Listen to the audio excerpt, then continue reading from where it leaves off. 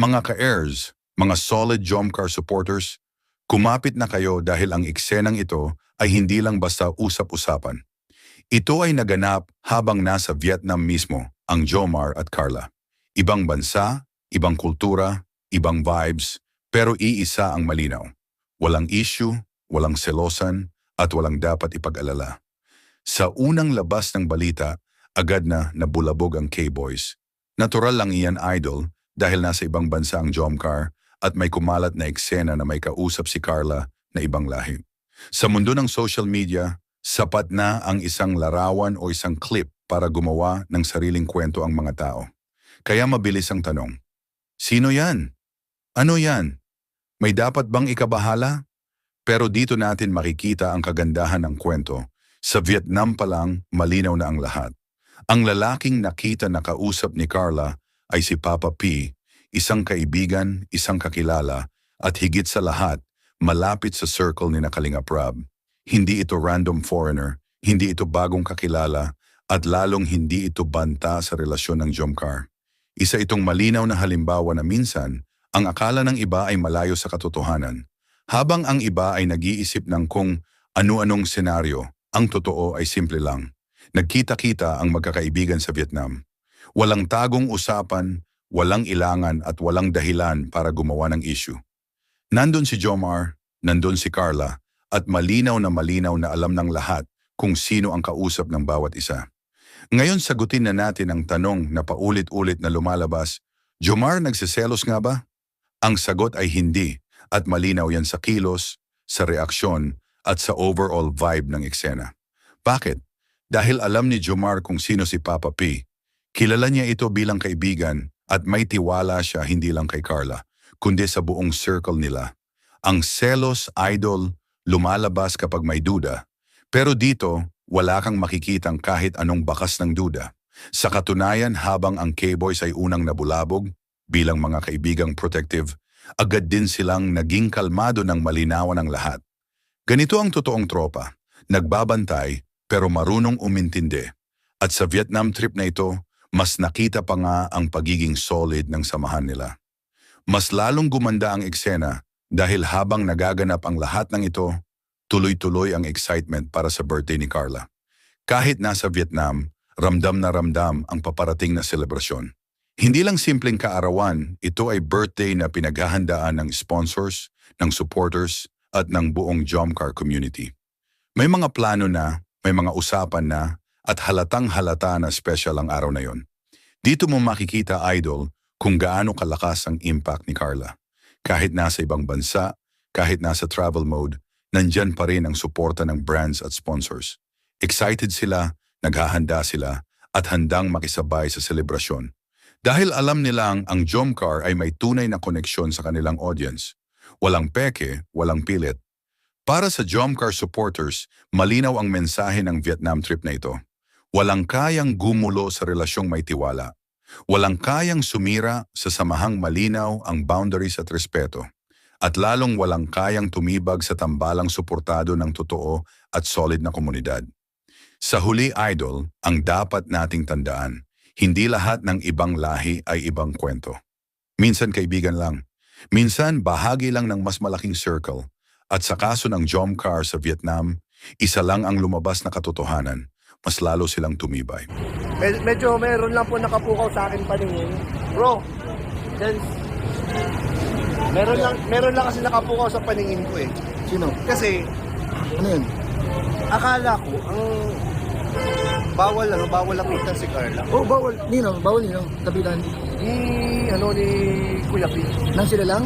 Nang sila lang. Bawal talaga? Bawal yun, Bakit, diba? bakit? Eh, kasi, ginanon mo. Ano ba nangyayari? Oh, anong ginagawa ni Kuya P? Ayun o. Anong ginagawa ni Kuya P? Ba't sila?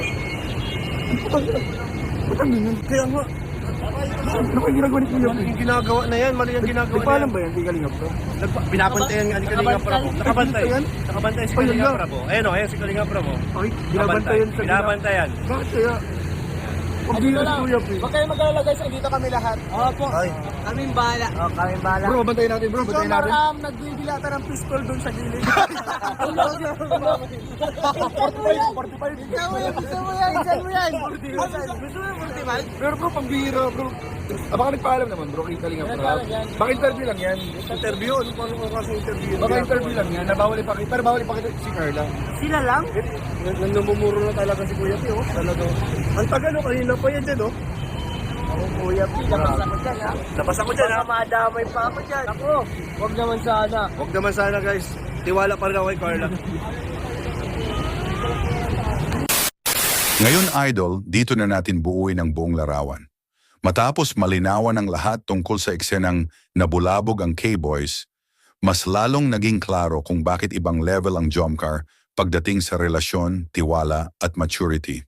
Nasa Vietnam sila, malayo sa Pilipinas, malayo sa ingay. Pero kahit doon, hindi nila hinayaang manaig ang maling akala. Ang pinaka-importante dito, walang nasirang tiwala. Walang nagbago sa kilos ni Jomar, walang nagiba sa aura ni Carla. Kung may selos sana, mararamdaman mo. Kung may tampuhan, makikita mo. Pero ang nakita ng lahat, kalma, kumpiyansa at respeto. Isang malinaw na patunay na ang relasyon nila ay hindi lang pangkilig, kundi pang matagalan. Yung tanong na, Jomar nagsiselos nga ba? Paulit-ulit na ibinabato ng netizens. Pero ang sagot ay hindi na kailangan ng mahabang paliwanag. Hindi siya nagsiselos dahil wala siyang dahilan para magselos. Kilala niya si Papa P bilang kaibigan. Kilala niya ang circle nila. At higit sa lahat, kilala niya si Carla. Doon nagtatapos ang lahat ng haka-haka. Sa totoo lang, Idol, mas maganda pa nga ang naging epekto ng eksenang ito. Bakit? Dahil ipinakita nito kung paano dapat hinahandle ang ganitong sitwasyon. Walang parinigan sa social media, walang pa-victim, walang pa-sad boy, tahimik na nilinaw tapos move forward. Ganyan ang totoong relasyon, hindi kailangang ipagsigawan pero ramdam ng lahat. At habang ang iba ay abala sa paggawa ng issue, ang Jomcar naman ay abala sa mas mahalagang bagay, ang paparating na birthday ni Carla. Kahit nasa Vietnam, ramdam na ramdam ang excitement. Hindi lang si Jomar ang naghahanda, pati sponsors ay ready na. May mga plano, may mga sorpresa, at may mga pasabog na siguradong ikakatuwa ng supporters. Makikita mo rito kung gaano kalaki ang respeto ng brands kay Carla. Hindi lang siya basta influencer o content creator. Siya ay simbolo ng pagiging totoo, simple at grounded. Kaya hindi kataka-taka kung bakit maraming gustong makisabay sa selebrasyon ng birthday niya. Hindi dahil sa clout, kundi dahil sa tunay na koneksyon. Para sa Jomcar supporters, ito ang klase ng balitang gusto ninyong marinig. Walang third party, walang agawan, walang selosan. Ang meron lang ay tiwala, pagkakaibigan, at malinaw na boundaries.